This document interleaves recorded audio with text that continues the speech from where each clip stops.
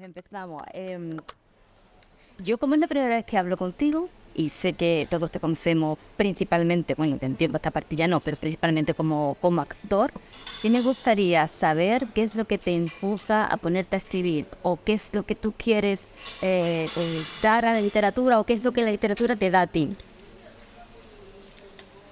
Bueno, yo empiezo a escribir realmente porque no tengo elección, porque es mi juego desde pequeño. O sea, desde pequeño yo cuento historias y mi juego ha sido jugar a historias, a personajes o historias que me han sobrecogido o fascinado y me creaba personajes a raíz de eso o las desarrollaba y ha sido un poco mi mundo, ¿no? Entonces, al final se ve muy bien, o sea, el mejor ejemplo es que cuando yo tuve que elegir qué quería estudiar, empecé en la escuela de interpretación y empecé periodismo, porque me gustaba contar historias, o sea, ya sea creándolas yo o siendo yo el vehículo. Y entonces ya con el tiempo, o sea, realmente es que no ha sido una decisión, es que yo tenía la necesidad de contar sobre todo mi primera novela, Y volver a tener miedo, con el que estuve como 8 años hasta que lo presentó en una editorial. Y bueno, pues es que yo, cuando te gusta la novela negra o el cine de terror y de género, es que es algo que los aficionados sabemos, es ese morbo, esas ganas de saber lo que hay detrás de la mente humana, los detalles, las cosas que a mí me sacuden, ¿no? Entonces, yo soy muy creativo, estoy muy en contacto pues esto, con el arte en el sentido de, ya no de exposiciones y demás, pero hablo de leo mucho, veo mucho, estoy muy informado y entonces todo me afecta, todo me llama la atención bueno, al final es la necesidad como de contar y enseguida la imaginación se me va, ¿no? Entonces, de un detalle que leo o de una conversación, pues saco una historia. Y, y yo lo que intento hacer, o lo que yo intento aportar a la literatura, realmente es escribir el libro que a mí me gusta leer. Y entonces yo aplico lo que yo deseo y lo que a mí me sobrecoge en la literatura o en el cine, que es... Y todo está ya inventado. Entonces, a partir de que todo está inventado, me intento favorecer de eso que pasa, que creo que los sentimientos son universales y que todos, aunque seamos de una condición, una clase social, estemos en una punta del mundo o en otra, lo más importante, todo lo que nos mueve es muy común.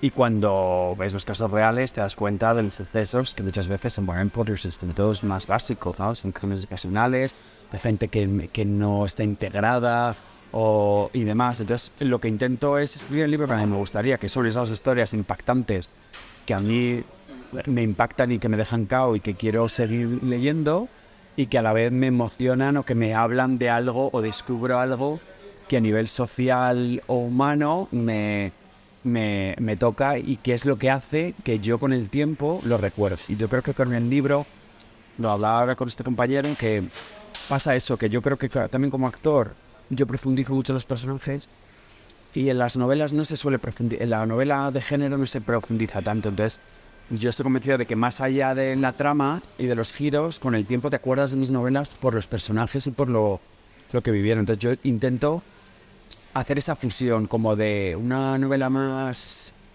social o más emocional con género y con thriller y con lo que me dice todo el mundo, que es que no puedes parar de leer y que al final, y los finales son muy... Pues aprovecho las ventajas del género para hablar de algo más intimista. Estás diciendo algo que me gusta porque hace unas pocas semanas hablaba con Elvira Mínguez, que también se ha metido de literatura, y yo le preguntaba, tu trayectoria como actriz, ¿qué te ha aportado a la hora de escribir la novela? Y ella me decía, yo es que escribo personajes antes de interpretarlos. Y entonces, por lo que tú estás diciendo, más o menos hacéis lo mismo. Bueno, yo, fíjate, en No Volver a Tener Miedo salía de casi diarios de cada personaje. A mí lo que me interesa es que yo cuando interpreto personajes intento buscarles colores. Pues no me aburro. O sea, Tony Alcántara, que lo conoce todo el mundo, pues hay temporadas en las que ha sido infiel, en las que de repente se ha vendido profesionalmente, que a lo mejor ha sido más ingrato, que la gente en calle coge manía, que no sé qué, pero a mí como actor es maravilloso porque el ser humano es así, ¿no? y pasamos Activa. altibajos y de repente somos muy buenos y muy solidarios y luego somos muy ruines en otros temas y cuando queremos miramos para otro lado, ¿no? Y entonces a mí me interesa encarar los personajes desde ese punto de vista porque hace que sean reales. Creo que marca la diferencia con la mayoría de las novelas negras que yo leo porque son A más B más C estereotipados. Y luego porque el hecho de que los personajes tengan color y que sean, o sea, que sean sensibles y que sean y que tengan un background, o sea, que tengan y que se hayan pasado muchas cosas demás, hace que sean maravillosos a la hora de crear sospechosos y de crear intriga. Porque cualquier persona al límite es capaz de hacer muchas cosas, ¿no? Entonces, yo creo que si los personajes son planos, es como ya los veis venir. Claro, no te aporta absolutamente nada. Me gusta eso de que sean y que sean incómodos. O sea, que a mí los buenos, a mí a veces en alguna novela me decías, es que tenía manía, ya claro, pues como en la vida, porque tú te estás metiendo en la intimidad de un personaje y los personajes no son Julia Roberts, ¿no? Yeah. O sea, a mí me gusta esa ficción en la que los personajes hacen cosas que dices, ostras, pero que incluso te puedes reconocer, ¿no? Todas las novelas, esta es la quinta, Dulce Hogar es la quinta, son todos thriller. Es el género por excelencia hoy día. Yo creo que es lo que más se lee en estos tiempos. También hay mucha más competencia porque sois muchos lo que escribir thriller. No sé si en algún momento tú te has planteado voy a cambiar de género o esto es lo que me gusta y esto es lo que voy a contar. Pero ¿tú te crees que es lo que más...? Yo creo que está en un buen momento, pero fíjate que yo luego veo mucho como novelas como de... o libros de autoayuda o de muy positivismo y de... Claro, está teniendo tan mal. No, o sea, la salud mental está tan perjudicada en general que yo veo que de estos, como los que te dan la clave, ¿no? Para ser feliz, hay muchísimos. Pero yo creo que el thriller...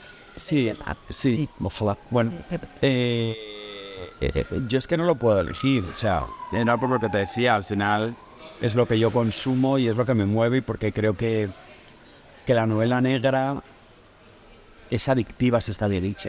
Y entonces, si yo consigo que te enganches y que estés adicto a la historia, me puedo permitir colarte en muchos temas, ¿no? Y no significa adoctrinarte o decirte lo que tienes que pensar, pero sí poner sobre la mesa. O sea, yo tengo o sea, es lo que yo intento hacer con las novelas. Es como que además de entretenerte, divertirte y de engancharte, que pienses y que te plantees cosas y te digas, uy, y que después digas, ostras, pues esto no me lo había planteado, ¿no? La anterior novela, que era La cría, hablaba de la exposición en redes sociales de los menores, los riesgos que hay, entonces muchas cosas que incluso yo, pues aquí los incendios, el problema de la natalidad, de las parejas que no pueden tener hijos y demás, que conforme vas investigando y dices, ostras, yo esto no lo sabía, ¿no? Y socialmente no se habla.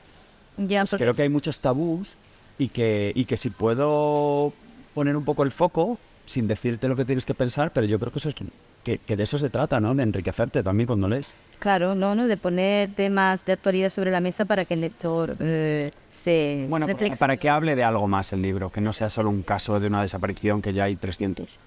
De los temas hablaremos un ratito. ¿Sí has notado progresión desde que en 2017 publicaste No volver a tener miedo?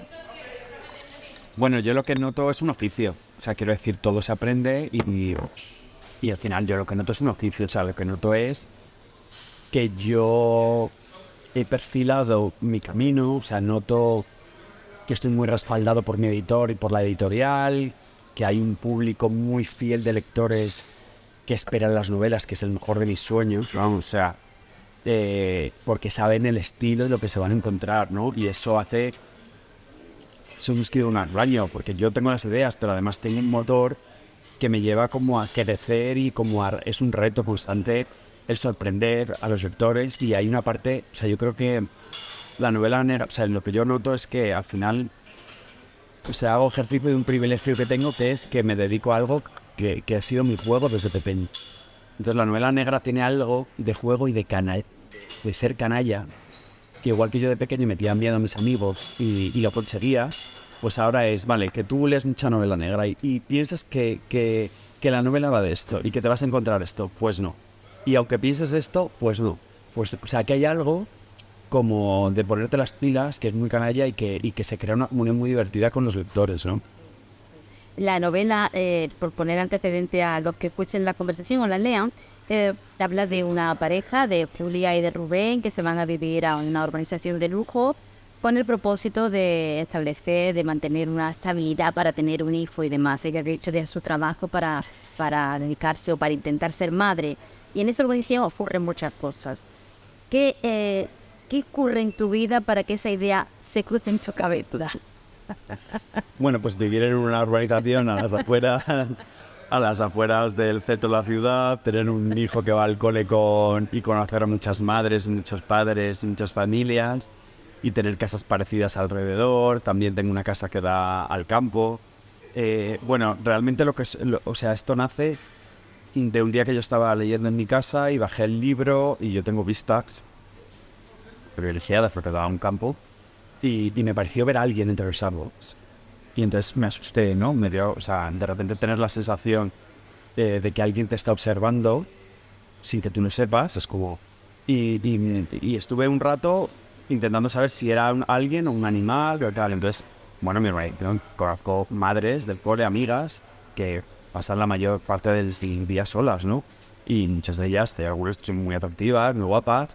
Y pensé, ostras, si tú estuvieras aquí todo el rato solas, tu marido trabajando fuera y te pasara... O sea, bueno, mi cabeza empezó, ¿y si fuera de repente algo sexy? O sea, que no fuera peligroso, sino que fuera... Bueno, a mí me gustan mucho los thrillers de los 90. En los 90 el thriller era algo muy sexy, ¿no? Muy sensual y no tenía que ser tan gris todo, ¿no? Y quise recuperar ese espíritu de una primera parte muy Hitchcock, en el sentido de que todo fuera bonito y que te atrapara, ¿no? Por crudo, que te tuviera intriga, pero te fuera muy agradable de leer, muy sofisticado y a la vez muy sexy, ¿no? ¿Y qué pasaría si de repente te está viendo un chico y ese chico empieza a aparecer y empiezas a tener una historia, pero luego viene tu marido, pero cuando viene tu marido, ese chico está en tu vida de alguna manera y luego la historia crece, ¿no? Pero surgió así, que... Hablas de Hitchcock, también se menciona en la editorial, lo comenta, ¿no? Que tiene esa parte del suspense, de que es el maestro del cine de suspense, pero también tiene partes de ese otro autor que todos hemos leído, que yo he leído novelas de él y a mí me ha sobrecogido la descripción de algunas de las escenas. Sí, de Pierre Lemaitre, ¿no? Bueno, y yo, fíjate que otro de mis referentes, bueno, yo hablo muy mal francés, Emmanuel Carrère.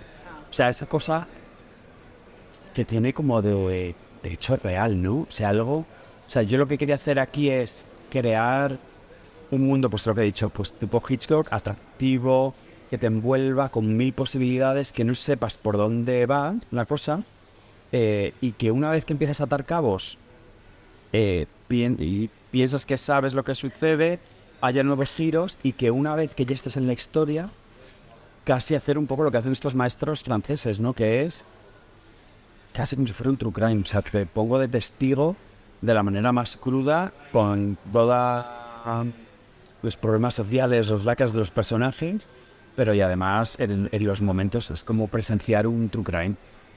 Lo que he intentado hacer es que esto no sea tan solo un golpe seco, sino que, y no sea solo explicativo de lo que sucedió, sino que además cuando piensas que sabes lo que sucede, hay más giros, ¿no? Pero sí me gusta la crudeza que tienen estos autores, ¿no? Que son muy secos, son muy y poco no hacen concesiones, ¿no?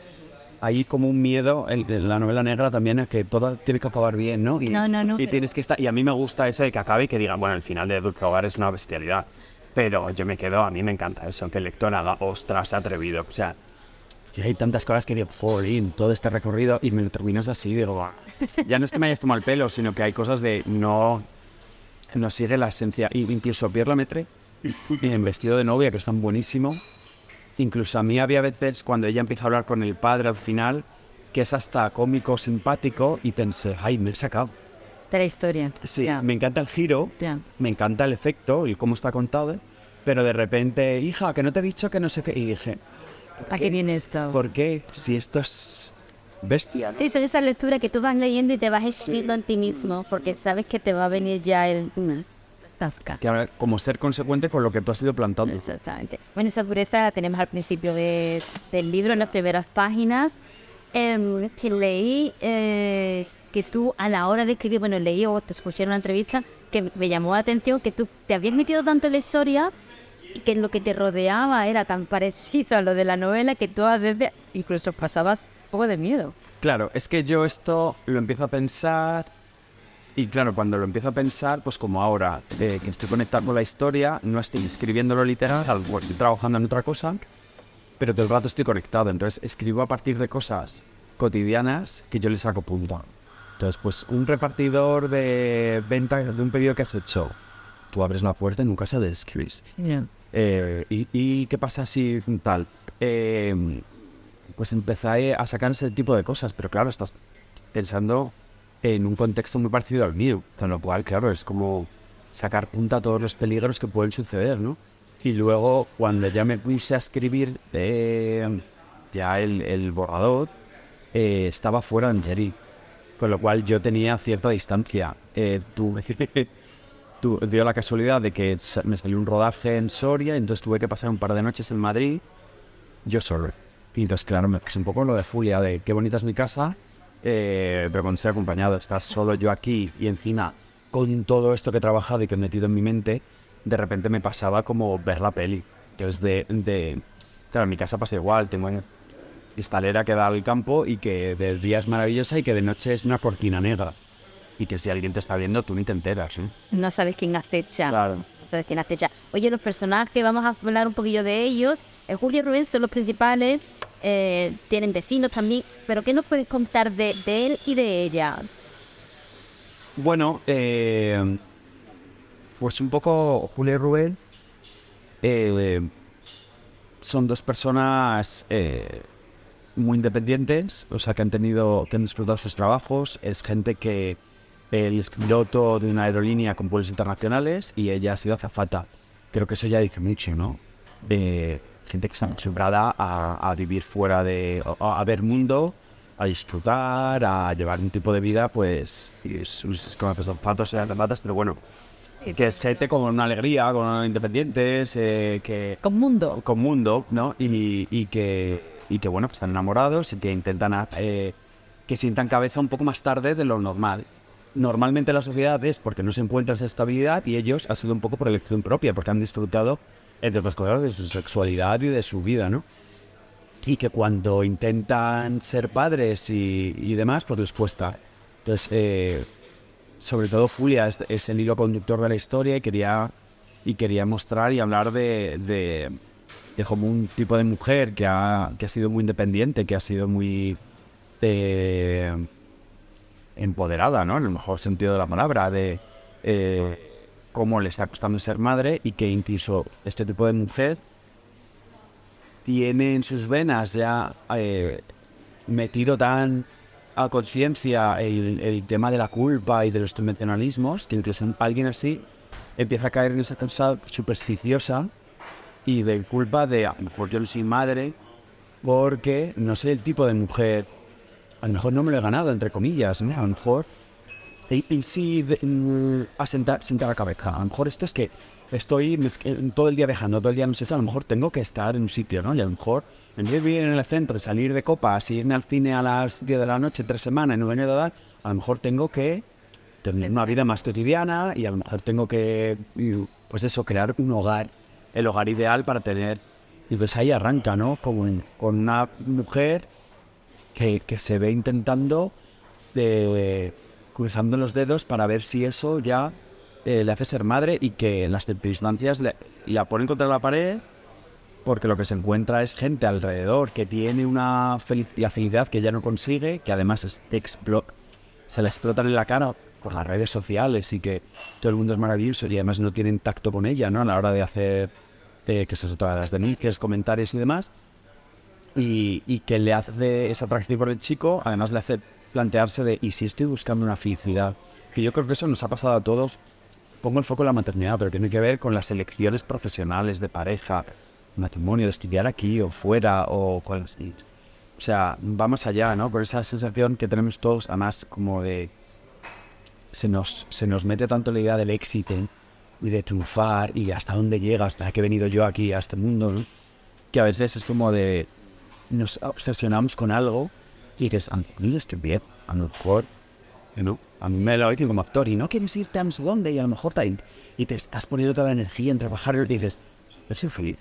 ¿Para qué? No, si yo ya estoy trabajando, o sea, entonces son personajes que sirven un poco para, aparte para contar toda la intriga, todo lo que les va a pasar, pero para reflexionar sobre eso, ¿no? Sobre, me estoy obsesionando por una felicidad que yo ya la tengo.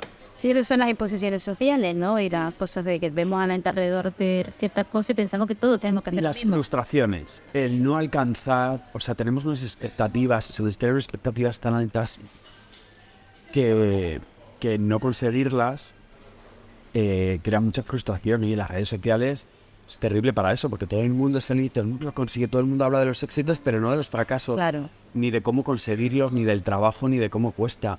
Y luego con la maternidad y la paternidad, pues claro, pasa, todo el mundo habla de madre a los 54, padre de los 50, pero nadie habla de cómo es conseguido, de lo que ha costado, de que hay que congelar los óvulos a partir de los 30, ese tipo de cosas que no se dice y que luego es un problema. Sí. Bueno, la maternidad es uno de los temas que tocas esa búsqueda de la vida perfecta, la explotación urbanística, me quiero quedar en un tema concreto porque hay un personaje que tiene problemas mentales y creo que esa cuestión muy importante hoy en día porque hay que dar visibilidad y normalidad a personas que sufren problemas mentales.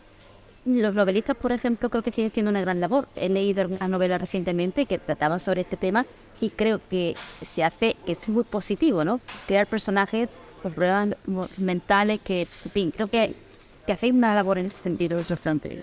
Bueno, pues yo en la cría ya se hablaba mucho de las redes sociales, de cómo afecta a los chavales y cómo se nos lanza a un mundo, pues esto de felicidad absoluta y que solo puede crear frustración y que a través de las redes sociales luego está el bullying, los adolescentes no están sufriendo muchísimo y la salud mental en estas circunstancias no son las mejores y a nuestro alrededor todo es maravilloso, ¿no? Entonces eso por un lado, por los personajes principales, pero luego en Dulce Hogar ponía el foco también lo que tiene que ver ya con algo más contundente, ¿no? Que tiene que ver con cuando se comete un crimen o algo ilegal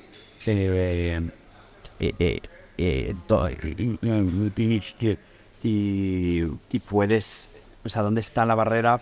O sea, ¿cómo se evalúa realmente, cómo se sabe cuando se ha hecho conscientemente o cuando ha sido un problema de salud mental, ¿no? Se ha hecho, que es algo que normalmente la mayoría de los criminales es enseguida, iba drogado, iba tal, o tuve un momento de locura transitoria, ¿no? Entonces, de lo que hablo es que muchas veces cuando luego investigas, a veces hay gente que tiene problemas mentales que como se hacen juicios rápidos porque no se pueden pagar abogados, no se pueden pagar los procesos, acaban teniendo no se puede demostrar y acaban teniendo condenas en cárceles en donde no están adaptados y demás, y luego a su vez pasa al contrario, ¿no? O sea, que pasa que la gente que sí es consciente de sus actos tiene condenas mucho más breves, porque luego tienen reducciones de condena, buen comportamiento, no sé qué, y salen pronto. Y en cambio alguien que tiene un problema así, muchas veces se les encierra y como no tienen un tratamiento o no prosperan, muchas veces tienen penas mucho más largas, ¿no? Y no están, o muchas veces se les suelta antes de tiempo y lo vuelven a... O sea, creo que los que saben de estos temas es un tema muy delicado, ¿no? Pues dices, ¿dónde pones cómo se mide esto, ¿no? Este tipo de penas a mí me parece que es muy complejo, ¿no? O sea, y que da debate y que es buen material para una novela así. Tendríamos que reestructurar el sistema, lógicamente. Pasa que sería... Tener un control. Es que, hombre, yo creo que hay dos cosas que para mí son fundamentales en la justicia, ¿no? Es como que prescriba los crímenes, yo solo lo puedo entender. Ya. O sea, ya han pasado 20 años o no sé cuántos, ya no se puede juzgar a nadie. ¿Cómo puede prescribir? Eso es una muerte. Si la técnica y los medios están avanzando, o sea, si el dolor de esas familias sigue, ¿cómo que prescribo? Es como, has perdido el ticket, o sea, es como, tenías un mes para... O sea, no sé, a mí eso me parece Hay muchas cosas. terrible. Y luego lo de las reducciones de penas y con las reincidencias y demás, yo no soy muy amigo, en verdad. Oye, el escenario, la urbanización esta de lujo, mira, me acordé de una película de Maribel Verdú que se llama La Zona, porque en estos sitios en los que uno tiene tantos privilegios, parece que nada más no puede ocurrir. Sin embargo, son escenarios muy atractivos para la novela porque, bueno, que uno viva en tal sitio, en tal, no quiere decir que no te vaya a ocurrir nada mal. Entonces, ese contraste, ¿no? Entre el lujo y lo negro, lo luminoso y lo oscuro, me parece un buen escenario. Sí, bueno, yo creo que tiene que ver con ese espíritu que daba que fuera atractivo. O sea, que si yo le muestro un bombón, algo sofisticado, algo que te gusta, algo que salga un poco de lo convencional, yo creo que los lectores también leemos para salirte de tu entorno, ¿no? Y entonces dices, bueno, pues si el contexto que yo te ofrezco es el de la casa de tus sueños, ¿no? Y demás, siempre va a ser más atractivo y te da pie a poder ser muy duro y muy escabroso cuando tienes que serlo.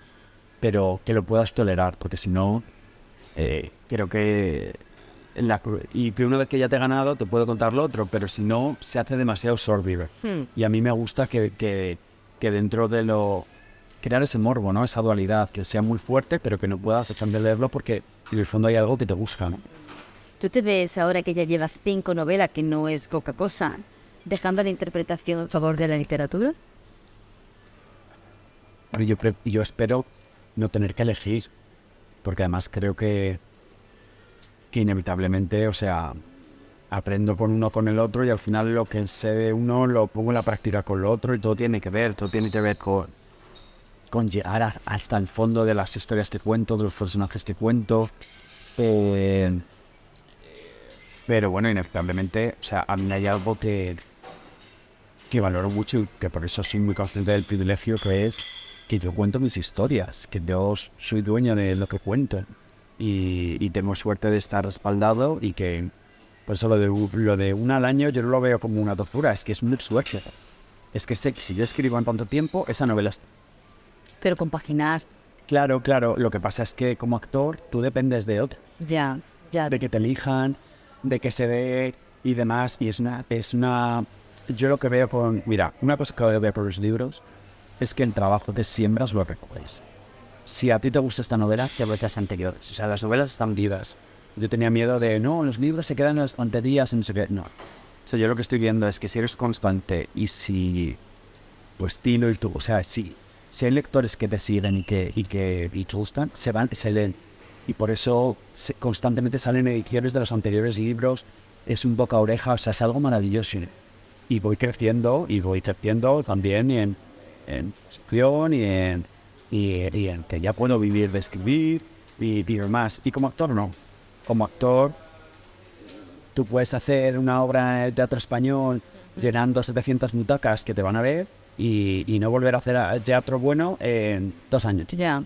O puedes hacer un personaje en televisión o tal y que no te llamen ni Dios, o que te llamen para hacer tal, o que te llamen para hacer un casting de una secuencia que es, hola cariño, vengo de trabajar para una serie diaria de la misma cadena. Entonces, hay cosas como que dices, cuando tú a tu alrededor y ya menos los currículum vas subiendo. Entonces aquí hay algo y de repente es que es un casting para algo absurdo y mañana te ofrecen un protagonista en el teatro español sin prueba. Entonces dices, o sea, es que te vuelves loco. O sea, si dependes de eso, te vuelves loco. Ya. De otra manera, Pablo, al personaje de Toña Alcántara le estás agradecido y decirle tener esperanza, ¿no? Hombre, por supuesto. O sea, ha sido un aprendizaje, o está siendo una suerte. O sea, he trabajado con lo mejor de España. O sea, han pasado tantísimo en toda la profesión, ¿no? Y los actores ya mayores que tenía alrededor, pues es que ha sido la mejor escuela y creo que la serie es historia de España y luego el poder haber trabajado en otras cosas, al final tener un personaje siempre recurrente al que puedes aplicar todo lo que vas aprendiendo es un crecimiento, o sea, al final el personaje ha crecido conmigo, pero también como actor y yo como persona, o sea, yo creo que eso es un privilegio y luego me ha dado una estabilidad que me ha permitido, pues por ejemplo, pues parar a escribir cuando los anticipos eran bajos y poder permitirme no hacer otra cosa, ¿no? Bueno, pues lo dejamos aquí, Pablo, que me ha encantado hablar contigo. Gracias por venir a Segovia. Espero verte en el teatro, que nunca te he visto. Ah, pues estuve aquí no hace tanto. Yo creo que en el 2021 yo creo que estuve con El Sirviente, estuve. Ah, pues se me pasó. Bueno, ya te veré. Un placer.